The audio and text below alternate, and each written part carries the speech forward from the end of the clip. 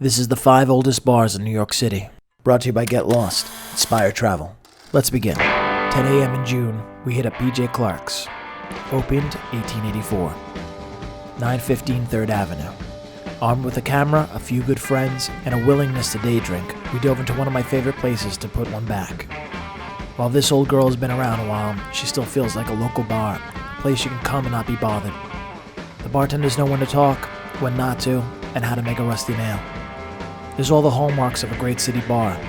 An old juke with lots of Sinatra, white tiled floor, white tin ceiling, fresh cheap oysters to slurp down, lots of good beer and food, and a bathroom that's seen more action than Rocco Siffredi. There's also a stuffed dead dog named Sparky, a couple of human femurs stuck in the wall, and of course, a dead baseball player who drank here. Whose ashes are they? Who's that guy? Phil Kennedy, infield, for the Cardinals. Ugh. I guess he was here so long, just keep him. Is that up to health code? I mean... Moving on, we headed downtown to the Seaport and saddled up at the Bridge Cafe for another round. It opened in 1794. Fuck, that's old. On camera. Sorry. Take two? Take two, yes. We are the oldest contiguously serving bar in New York City. Straight through Prohibition they serve. How did they serve through Prohibition? The building was owned by an alderman. Oh, it's also haunted. There was a brothel upstairs. What they would do is douse themselves in between customers with lavender.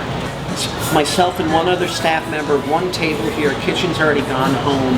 Somebody walked by with a scarf doused in lavender.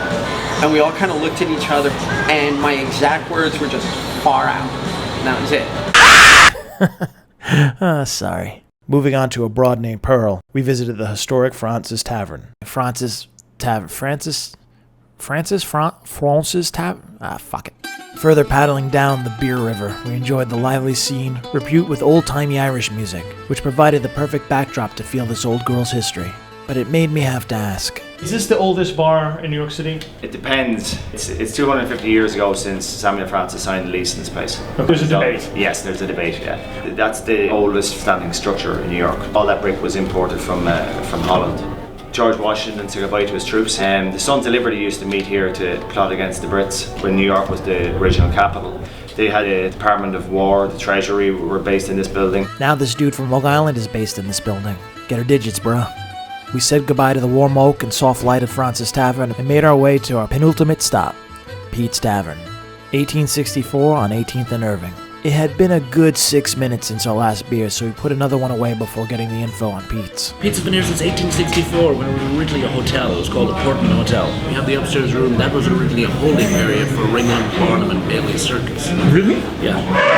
We have had pretty much everybody in here over the last 130, 140 years. Yeah. Oh, Henry lived across the street on 17th and Irving, so this was one of his drinking halls. He supposedly wrote The Gift of the Magi here in one of the front booths. What was his drink? Was he a bourbon man? You know, I could make something up, but I'd be telling you a story. I honestly We don't won't ask him. You know, when I sit here sometimes at night, like I'll be the last person out here at 4 a.m. this morning. I mean, it's just amazing, even for me being here 25 years, to actually just take a look around. You know, New York is a quick, fast-paced city. To be here and look around at the walls, at the bar, and think at how many generations of bartenders and waitresses and busboys put their kids through school or paid their rent because of these four walls. Yeah. For me, it's just cool to me because it's the real deal. Thank you.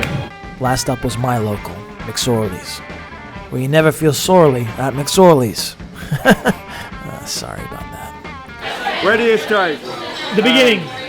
In the beginning, there was a neighborhood that needed a bar. John McSorley came over just after the famine in Ireland. Back in the day, there were tons of bars like this. The big thing about McSorley, through thick and thin and wars, and depressions and everything else, Prohibition, it survived it all. And that's what made it famous, that it actually survived. Why? How? Lots of different things. Mostly chance, but that's always how a lot of things happen, it's chance. But John McSorley was just a regular bar owner, but it was actually when he died, his son went around and nailed everything to the wall. He said, I don't want anything to change. He said, I want to keep this place as a memorial to my father. We have the chair that Lincoln sat in when he was here. We've got a wanted poster for John Wilkes Booth. Right. We've got an invitation to the opening of the Brooklyn Bridge over there. It was the last bar in the city to serve women, but that was something that they couldn't last. Why do you come here? For the history. For the history? Yeah. What's your favorite thing about the bar? That sign right there. We went to a bar and they had like ashes behind. Is there anything like that behind here? Over here. What is this? All these are old customers. This is a guy, Bobby Bowles, who used to live upstairs. This is a guy named Jack Savage, an old customer of ours. And this is another old regular of ours in Wax.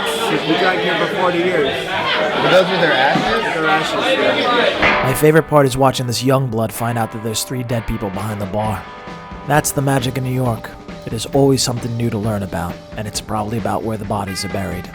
We finished out McSorley's, toasted to those that weren't with us, and thanked the gods of film for not letting me forget the camera in some booth. This has been the 5 oldest bars in New York. Thanks for watching.